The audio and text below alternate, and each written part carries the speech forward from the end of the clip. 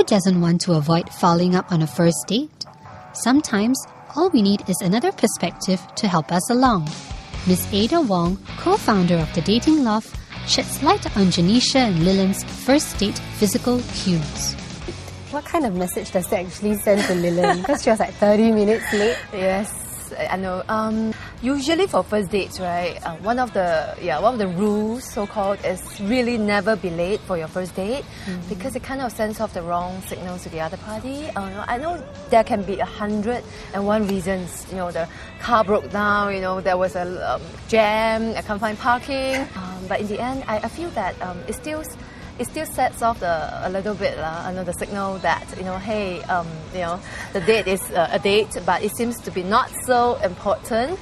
And Janisha wanted to say grace before she started eating, and she actually stopped Lillian from eating.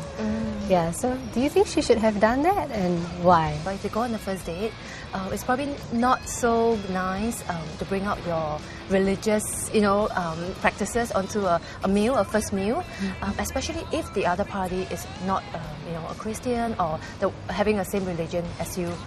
I think probably a more subtle way probably would be to, do you mind if I said grace? So if okay, then I will say it myself, or things like that. I think Lillian is pretty open-minded about that, so that might not be that big of an issue for now, for this date. Yeah. Okay, so now if we move on to dressing, because their dressing was not very compatible on their first date. Like, she was in a long maxi dress with a jacket, but he was like in a check shirt, jeans. Yeah, so and a cap. Do you think it's like rude for the guy to wear the cap throughout the entire date? I think it's part of Lillian's character and dressing. He's someone who is a little bit more relaxed, more chill type. So I can't help but wonder what his hair is like underneath the cap. So I kept thinking, does he have hair? Is he bald? Is he trying to hide something? So that might be the signal you might send off if you're wearing a cap or a hat on the first meetup. You noticed that actually Lillian was a bit more fidgety. Like, he kept drinking water, playing with his cap, and looking at his watch and stuff like that. So are these, what do these signs mean? I did notice that he was drinking a fair bit of water.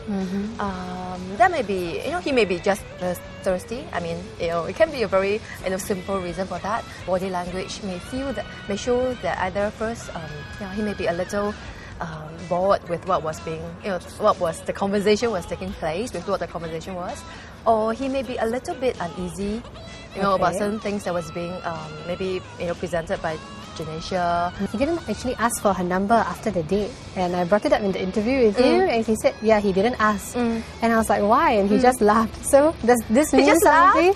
Yeah, that he didn't ask for her number? I think Lillian come across as quite a confident, charming man. So I think he to me, I feel that he would have asked for the number. He would have, hey, let's exchange contact if he was interested also. I do not know whether, maybe there's just a good first date. The kind of in the conversation flow and everything, but probably there wasn't enough interest to sustain to the next one. So in this case, who do you think was the one that was more interested? In this case, I think probably I would say Janisha will be a little bit more interested. Based on your opinion, do you think that there will be a second date? Half, 50%.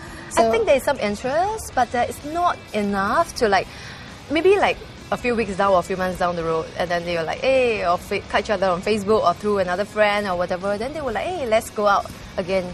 But in the near future, not really? I think probably not. Yeah. It seems like a first date is more than just about looking good. Razor TV checks out what the top 3 first date mistakes are, with Ada giving us some bonus tips. Stay tuned.